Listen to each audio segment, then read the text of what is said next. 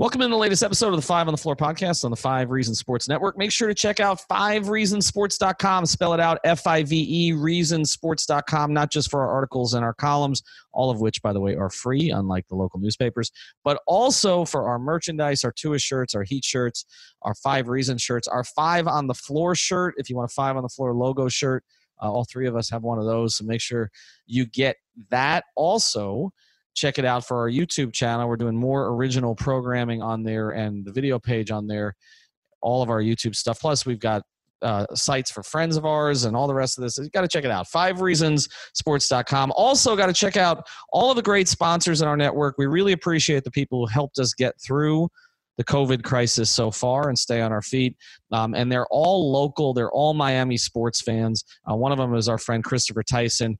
And you've got to check this out because of all the sponsors we have, we've got a lot of great sponsors. This is the one that may be the most appropriate for today's times.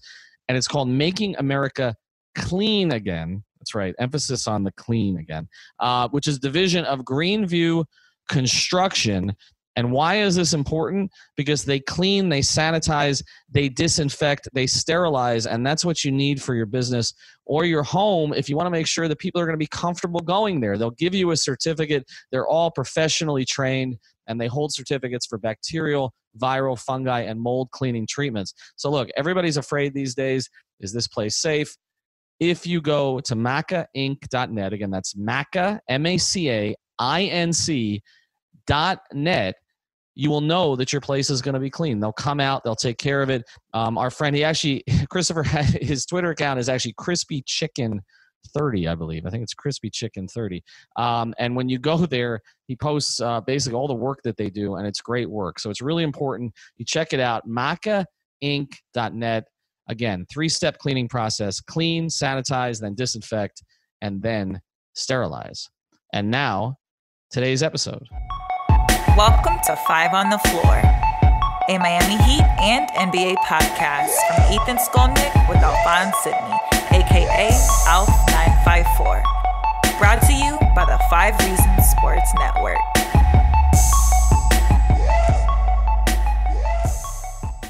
All right, Ethan Skolnick back on 5 on the Floor. I did an episode with Alphonse Sidney, which was a little heavier, a little bit, I wouldn't say political, more sociological about everything that's going on right now, obviously, with the protests, with George Floyd. We're still in the midst of COVID, although I feel like a lot of people have forgotten about that, and everything that's going on in the country. We're going to get away from that in this episode. It doesn't mean that it doesn't matter, but we sort of addressed it. Alf and I did in the last one. I've got Alex Toledo with me on this one. We're just going to focus on basketball, and we're going to focus on what's coming up later this week, which is by Friday or Saturday, there's going to be some kind of resolution, Alex, about what kind of season this is going to be. And it seems like they've kind of already decided. Like, Adam Silver has a plan. There were a bunch of plans that were put out there. Was it going to be 30 teams? Was it going to be 16 teams? Was it going to be 24 teams, 20 teams? It looks like it's going to be 22 teams with a play-in tournament. Do you like it? Yeah, I've been expressing that was my favorite scenario. I preferred 20 just because I don't really want to watch Phoenix and Washington play basketball. But 22 is good. That's always been my lucky number. I'm a fan. I like that there's going to be, they're going to be able to reach those money incentives, which are going to matter for teams and their salary cap. And it's just I think it's going to be beneficial for everybody involved, including the players. Maybe those games don't matter much, but the play-in tournament should be interesting. It'll be cool because we're gonna see some of these young talents going up against each other. I'm assuming with the Pelicans there, the Grizzlies there, the Spurs are gonna try to keep that playoff streak going. Like there's some interesting storylines there for sure, and just the fact that they're kind of getting closer to finally figuring out exactly how they're gonna do it and exactly when it's gonna happen. It's fine. It's good to have something to look forward to, right? Yeah, and I think that there's going to be some issues. Everybody wants, look, what Alf and I talked about, and I don't want to get too deep in on this pod, but everybody wants entertainment, even if it's turbulent times. I feel like the NBA players being out there out front during this can actually have a positive effect as long as it doesn't trivialize the situation. We're about 2 months out from this season starting. Approximately July 31st is what's been talked about. So we are basically 2 months out. A lot can change over the next 6 to 8 weeks, and we don't know what the country is going to look like then. But if they come back, the question becomes, how happy are they going to be to come back under the circumstances that are being outlined? And I can tell you, I talked to some player agents today, Alex. The players want to play, according to the agents I spoke to, but they don't really know the plan yet. Like, the plan has been shared with a few people. It hasn't been shared with the whole rank and file of the players. And remember, the stars are who we talk about, the LeBrons, the Chris Pauls, the Kawhis, etc. But there's a lot of other players that are going to be affected by this, whether they're playing or they're not playing, and the condition they're in or they're not in. And what I was told today by one of the agents is there's a lot of demands that are going to be put on the players to make this work. And the exact quote from the agent I spoke to, and I found this interesting because, he's been a bit of a pessimist all along here, but his exact quote was, I haven't spoken to a person in and around the NBA in the last few days who doesn't just feel and sound totally defeated. Because they felt like they were on their way to something good here, and then obviously something else more important broke out after there was already something they were dealing with. And he said, I don't know how they execute their plan, to be honest. It's not like a lot of the logistics have been communicated to the players yet en masse. They're being asked a lot. So I'm curious when this plan gets presented by Silver, and if the Board of Governors approve it and the teams approve it, I'm curious how the players will react to it if it demands that they spend a lot of time sequestered in Orlando, maybe without extended families. It looks like they'll have immediate families, and some of them without really any chance of playing very much or, winning a championship. Well, yeah, it's going to be tough to figure out. There's so many factors here, like you just mentioned. And, yeah, obviously everything's kind of on pause right now. There are things that are much more important going on. Who knows how long, all the protests and all that stuff is going to last. I've been, very skeptical that this is really going to have to do anything with the NBA. Their plan is for July 31st to be the start date. They want to go all the way through October. That's what Woj reported today from ESPN, and they want to have the draft of free agency afterwards in October. That's July 31st is a pretty long time from now. Yeah, that's like true. I don't know how much it is. It's weird, right? Because this whole situation is so unprecedented in so many different ways. So it's almost hard to predict how they're going to be able to execute it, and if everybody's going to be on board, and if the plan is going to be executed to perfection, and that there's not going to be any casualties, and that everything's going to go good, and they're going to crown a champion, and everything's going to just proceed back to normal as far as the NBA business goes. But yeah, it's like everything kind of has to be executed to a T. Because if the protests are still going on through July 31st, and, players are still going out there, asking them to kind of sacrifice that to go be in Orlando for 8 straight weeks might not go over well. Well, and the other part of it is, again, they've decided to kind of split the difference here because they, money concerns, I think, for the most part. But it also seems like there are certain teams or players that they want to get in the mix here. So they've decided to go to 22, it appears. All right. So how do you understand that would even work? The number doesn't sound right? It's not one of those even numbers that divides easily, right? So what are we talking about? We're talking about a play-in for the 2 8 seeds in the East and in the West, and between, I guess there would be 8 teams that would play in for those 2 seeds. Is that your understanding of it? It's got to be it. If they included Washington, it has to be it. Because why are you including these teams if you're not gonna try to bring them in for the play-in tournament and all that? And, but if you're including Phoenix is Washington, in there. But if you're including Washington, that's my question. Is like, so are you taking the top? Yeah, you're 6? saying that there might be 2 West teams taken. Well, there could be 2 West teams taken, right? And it seems like also, okay, how many of the 6 teams they're taking beyond the 16 that are currently in the playoffs? Are 5 of them from the West and 1 from the East, or are they just taking 9 through 11 in each conference? It seems like they're going to take the 6 best records. Yeah, Woj reported that it's the Pelicans, the Blazers, the Spurs, the Kings, the Suns, and the Wizards. Okay, so it's those, and that makes sense because the other teams were basically tanking. But, again, a lot of this feels unfair to me to a couple teams, all right? Like, we've talked about trying to get fairness to these teams that couldn't play out an entire season. But it does feel a little bit like, they don't really want Memphis in the playoffs. And so, they've created this scenario where Zion has an opportunity to get in. When Memphis, I don't care what their schedule was coming up. They played who they played. and they had a healthy lead in the Western Conference, and now they're getting thrown back in the mix. So no matter how they do it, there's going to be some unfairness to somebody. But it does seem like they've bent over backwards to basically try to get Zion in.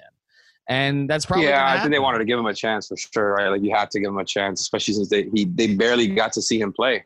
And the NBA wanted to get some more games out of Zion.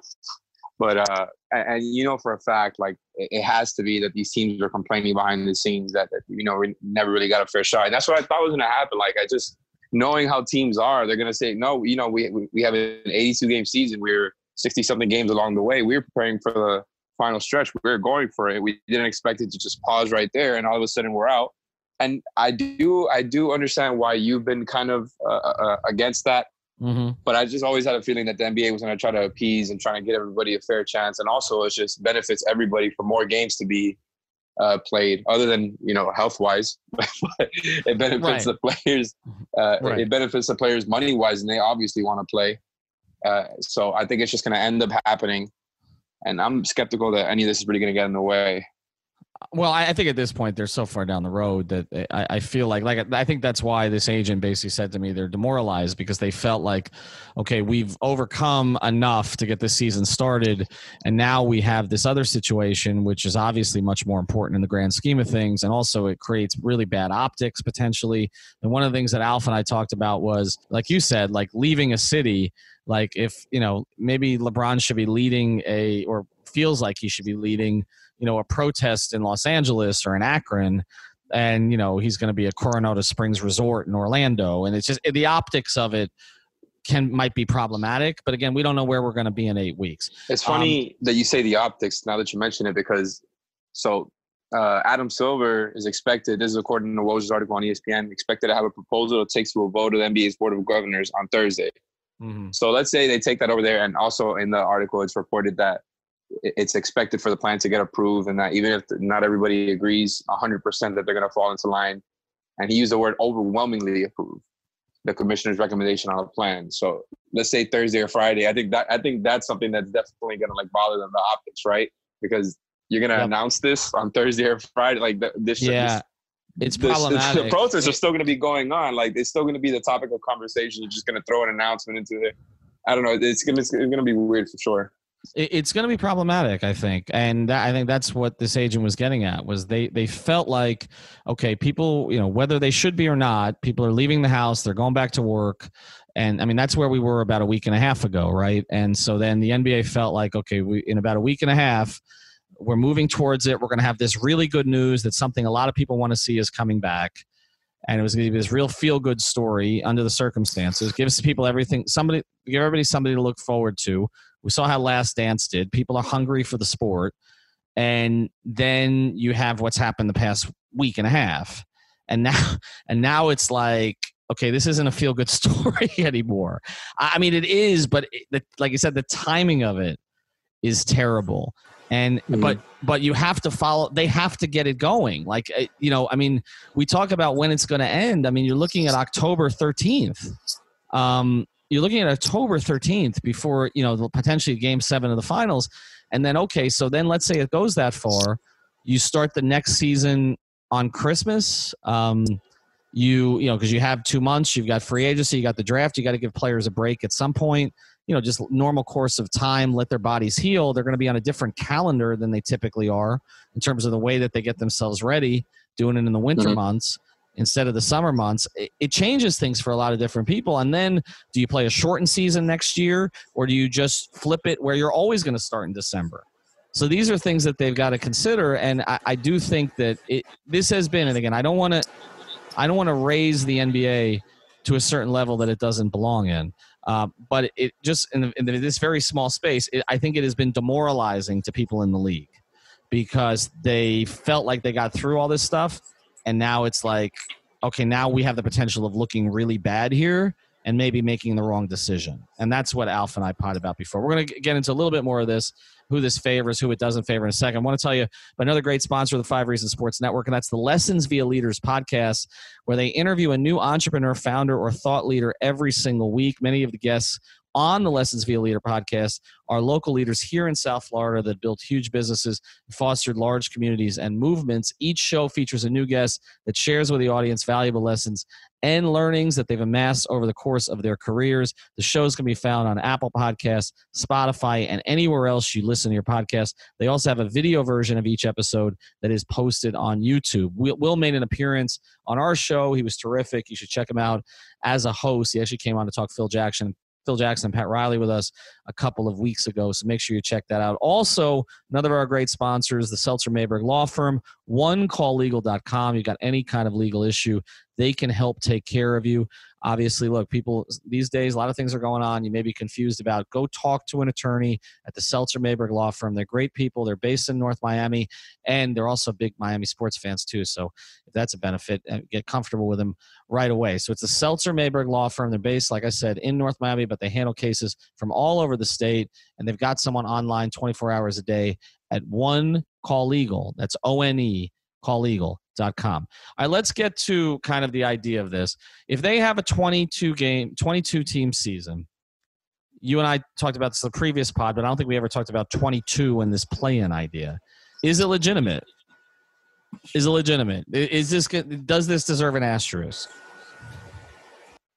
Honestly, I can kind of see the side for both ways. Like, I can see people who say, oh, it's going to be an asterisk. Honestly, the asterisk thing wouldn't be serious to me until there's a serious, God forbid that a superstar, obviously, God forbid anybody contract coronavirus during the NBA playoffs. But if, LeBron or Kawhi or any one of these big name stars contracted, that's definitely going to change the view. But either way, it's like we don't really say that about the Raptors, right? When they beat the Warriors with mostly without KD. Mm-hmm. I also kind of saw the argument for the other side where it's like these are going to be such unprecedented circumstances and playing, in a global pandemic. And now, probably just after the protests end, if they end by that point. And this whole thing is going to be so unprecedented that it's like, well, whoever does come out as the last team standing, like it is pretty special. Like you're going to be remembered in history. Or maybe not. Maybe what do you think? You know more about history. Well, no. I think that ultimately asterisks don't last. Like when you look back in history, you don't talk about, like, for instance, okay, the context. Like when Detroit beat the Lakers, their first champion. We talk about the Bad Boys winning 2 championships, but we don't talk about necessarily the average sports fan doesn't. One of those didn't count because Magic and Byron Scott pulled hamstrings, and so they got swept. Like, you don't talk about that. Just Detroit's the champion. Like, all the circumstances that go on, yeah, people remember them for a certain period of time. But even like the Golden State first championship, right, against the Cleveland. Okay, basketball fans remember that LeBron was basically playing by himself, because Kyrie was hurt and Kevin Love was hurt and Matthew Dellavedova was like his third best player. But, ultimately Golden State won the championship. People remember how many championships Golden State won. I think that first, I think it gets forgotten for that reason. But I also think that there is an element of this, and I've tweeted about this, and I think this is something that Heat fans should feel good about. And we've hardly talked about the Heat at all today. I think that this situation is going to benefit the better organizations. The organizations that were able to create a quote-unquote culture with their players, that those players were able to maintain through this extremely long layoff. They were able to stay connected with their players. They have players who want to play, who put in the work on their own or coordinated with the team, who stayed in touch with other teammates to keep some camaraderie going. I think the better organizations will perform better during this break. And so I do think that it is a real championship. And I also think it's going to be the greatest test of coaching that we've seen. Okay? Because you're getting guys back from all kinds of different places, in different conditions, in different headspaces, with different attitudes about this whole thing. Okay? They're all worried right now, the ones who are not signed after this season, about what the hell's going to happen to the salary cap.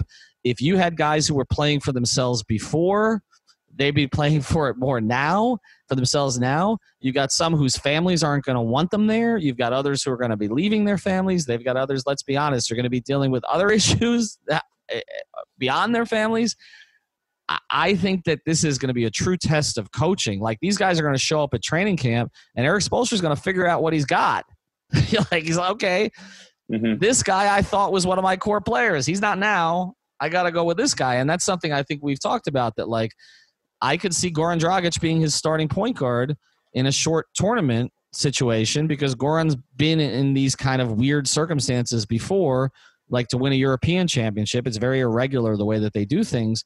Like, he'll be more accustomed to it, and you'll trust him more. So I think coaches are going to have to make snap decisions about, okay, I can trust this guy now, maybe that I couldn't before, or I can't trust this guy I could trust. And so I do think this is going to be a real test of organization. And if that is the case, there are certain organizations that I think are going to come out on top in this. I think Miami. I think Toronto. Okay, I think that in the Western Conference, don't be stunned if, like, San Antonio wins that play-in, because I'm sure Pop had a plan. Has a plan for this. Okay, they always make it in. It's just that's why I was playing them up. Like, they just might end up back in. Everybody's no job. The Spurs again. The Spurs again. This is a bad Spurs team, but, like, I could see that happening. I think you look in the West. I mean, do I trust Houston? James Harden looks like he lost 40 pounds. He looked like Moses in the desert. He looks like he's in better shape. Did you see the one of Jokic? Yes, Jokic too. Did you see the one of Jokic? Yes, I saw the one. People who we thought were like, we're going to come back fatter than ever is the complete opposite. Like, what a plot twist. 2020 is just unbelievable. It's amazing. And so, like, I mean, Harden playing at that weight, what's he going to be like, you know? And some of these older guys, you know, did the bodies come back right away? I mean, you know, LeBron obviously is working with Mike Mancias and his crew. So we just don't know. The Harden thing is interesting. You got my gears turning, because Harden is always packed on weight, and NBA players will always talk about, like, how strong he is. I forgot who was talking about that. I think it was Ben Simmons was saying, like, oh, everybody makes fun of Harden for being a bad defender, but once you actually have to play against him, like, the man is strong as all hell. He's a brick wall. Well, the strip club buffets are closed right now, man. Like, Harden hasn't been putting on that weight. Like, he looks like, I mean, and also, like, completely he's different. known for burning out in the fourth quarters and playoffs, because they put so much of a, you know, he's burnt out from all the possessions and all the handling that he has to do. So maybe him coming back, you know, a little bit skinnier, will help in that aspect. So that's interesting to me. And Jokic, a skinny Jokic, I don't even recognize that. I don't know how that's going to work whatsoever. Yeah, I mean, some guys are going to play completely different weights than they played at before. I mean, I don't think that the Heat are going to have any problems with any of their guys. Bam seems like a guy who'd stay in shape. Obviously, Jimmy's a guy who's going to stay in shape. Goran has done this before. He's done it both ways, where he's played through the summer or not played at all. He'll be fine. You got younger guys. I mean, obviously, Hero's having a good time right now, but guys like Nunn, Duncan Robinson, I don't think there would be a concern. Myers Leonard works his ass off. I think they're going to be fine. And I think that it could give the Heat a big advantage. And if they end up winning a championship because they're a better organization, you can't put an asterisk on that. It's a test of an organization. Well, that's different. The Heat were nowhere near supposed to be there. That would be just unbelievable if they won. But I don't take anything away from them. If they win, they win. I mean, look, it's a different story. No, for sure. It's a different story if a bad organization that was way out of it, like Phoenix, makes like a Cinderella run, and we've talked about that. But like, if it's that would only happen if they were like do like 3-game series or 1-game series. I don't think that type of thing is going to happen. But we just don't know. Like I saw the ESPN writers are all sort of putting the Bucks and Lakers against each other in the finals. That Bucks team has a lot of old players on it. I don't know how they're all going to come back. So I think that until we see it on the floor, it's going to be hard to judge. And the other thing is, I don't think media is going to be allowed in any of this, so we're just going to be watching on TV with everybody else. It looks like, they might do some local stuff, some stuff in their home gyms. I'm hoping that the media is allowed in, under controlled circumstances in American Airlines Arena to watch some of the guys before they go and communicate with some of the guys. But we don't know what's going to happen. So, look, we'll see. It's going to be Friday or Saturday. I think, again, we're kind of treading lightly here because we don't want to make it seem like this is more important than everything else is going on. So I do recommend that you check out that episode that I did with Alf. Is there one franchise you think's before we go, a dark horse in this kind of scenario? Somebody as far as a play-in team to get to the playoffs or somebody to make a run in the playoffs? Well, either. A team we weren't expecting. I mean, a team that may be healthier now than they were when the season ended, and just that's in some way this may benefit them, other than the Heat? I'm looking at it, and it's a couple teams, and honestly, this actually does affect the Heat because they were supposed to either play the Heat or the Sixers or the Pacers. Mm-hmm. And I think those are the teams that come to my head for teams that are going to benefit as far as just the health-wise. I don't know how they're going to come back. I don't trust Joel Embiid to come back in great shape. Maybe he does. But Ben Simmons is going to be back. And, I think the Sixers absolutely need him, even if the fit isn't great. I did not believe for a second that they were going to be better without him because they just need his talent. He's an amazing defender, and their team defense is the biggest strength for them.